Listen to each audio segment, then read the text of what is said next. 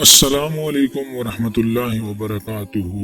Islamic corner کے پیارے دوستوں، میرے بہنوں اور بھائیوں، ہم آپ کو اپنے چینل میں خوش آمدید کہتے ہیں اور امید کرتے ہیں کہ آپ سب خیریت سے ہوں گے۔ میں دعا کرتا ہوں کہ اللہ تبارک و تعالی آپ کو اپنے حفظ و امان میں رکھے۔ آج کی دن ہم آپ کے لیے ایک ایسی ویڈیو لے کر آئے ہیں جس کو دیکھنا آپ کے لیے نہایت ہی ضروری ہے۔ اس ویڈیو میں ہم آپ کو ایک اتنا خاص عمل بتائیں گے کہ جس سے آپ کی قسمت بدل جائے گی۔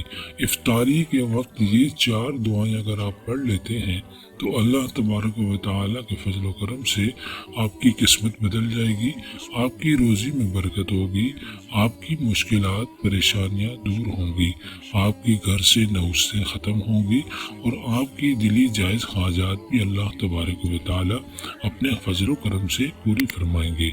ویڈیو شروع کرنے سے قبل ہم آپ سے گزارش کرتے ہیں کہ اگر ابھی تک آپ نے ہمارا چینل اسلامک کارنر سبسکرائب نہیں کیا تو چینل کو ضرور سبسکرائب کر لیں اور بیل آئیکن کو بھی پریس کر لیں تاکہ ہمارے آنے والی تمام اچھی اسلامک ویڈیوز کے نوٹیفیکیشنز آپ تک پہنچتے رہیں۔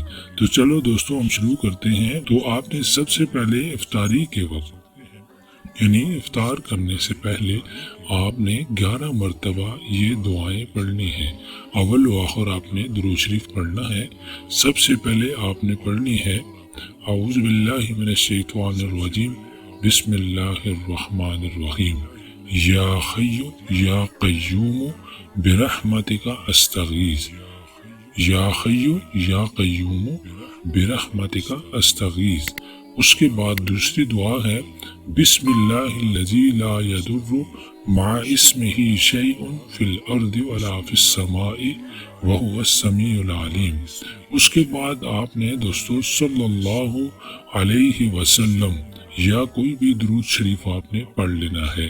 اس کے بعد آپ نے پڑھنا ہے رب اغفر لی ذنوبی انہ لا یغفر الذنوب غیرک۔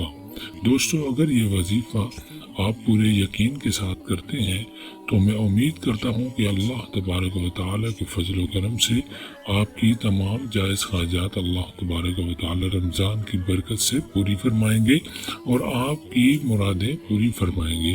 اگر آپ کی دکان، مکان یا کاروبار کا مسئلہ ہے تو اللہ تبارک و تعالیٰ آپ کا مسئلہ حل فرمائیں گے۔ میں امید کرتا ہوں کہ آپ کو ہماری آج کی یہ ویڈیو پسند آئی ہوگی۔ اگر ابھی تک آپ نے ہمارا چینل اسلامک کارنر سبسکرائب نہیں کیا تو چینل کو ضرور سبسکرائب کر لیں اور بیل آئیکن کو بھی پریس کر لیں تاکہ ہماری آنے والی اچھی اسلامک ویڈیوز آپ تک پہنچتی رہیں۔ جزاک اللہ۔